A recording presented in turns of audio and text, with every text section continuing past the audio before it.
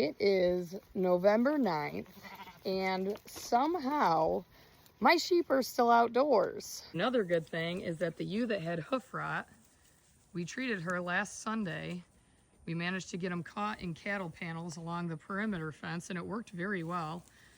I trimmed her hoof. It looked like she had an abscess. I gave her another shot of Zactran, and she seems to be walking almost completely normal now. She was at the point where she was non-weight bearing at all on her left front leg. So I'm thankful that I was able to, and it's this one. Sorry, I didn't point out this black and white one. It looks like a Holstein, the bigger of the two that are over there. Yeah, it was her.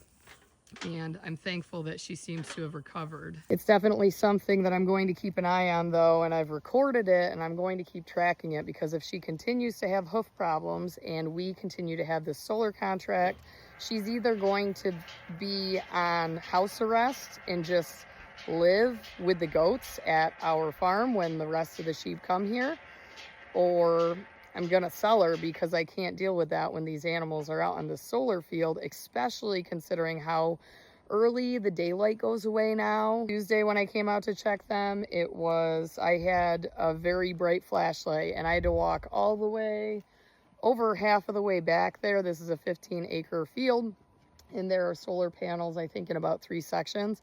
And I had to walk all the way back, and eventually I found them. They were scared of me at first, but I was able to visually check them and make sure that everybody was okay. But they initially spent a lot of their time up here at the front because the water is over in this area.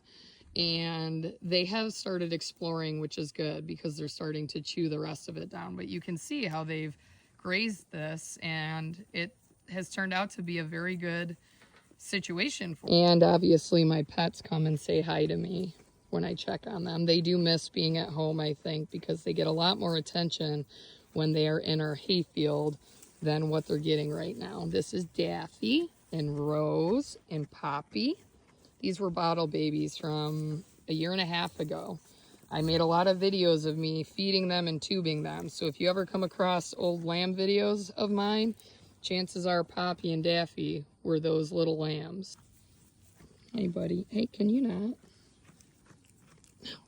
Poppy.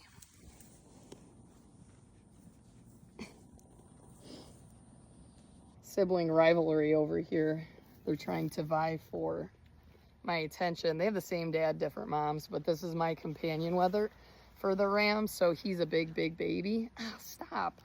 She's trying to eat my earring. Anyway, so I'm going to go grab my grain and get the heck out of here, and I will see them again tomorrow. But I'm thankful that there's no other sheep that are limping, so we shouldn't have to catch them again, God willing, until we get ready to load them on the trailer.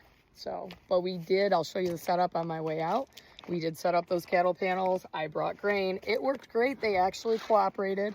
My children did help kind of, you know, push them into it. I did drop some grain over there on the ground because as soon as I picked up this bucket and started walking, they heard the grain and they're like, oh, I'm gonna run after you. And I really don't want them to follow me. No, stop that.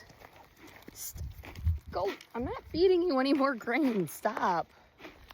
I dropped some, go find that. This over here is our catching setup, and it worked very well. We tied this end over here, brought this end out and opened it, and we chased the sheep in. I went in with the grain and led them in there, and the boys brought up the rear. My husband grabbed the open end of that panel, and we got them locked right in there. It worked wonderfully.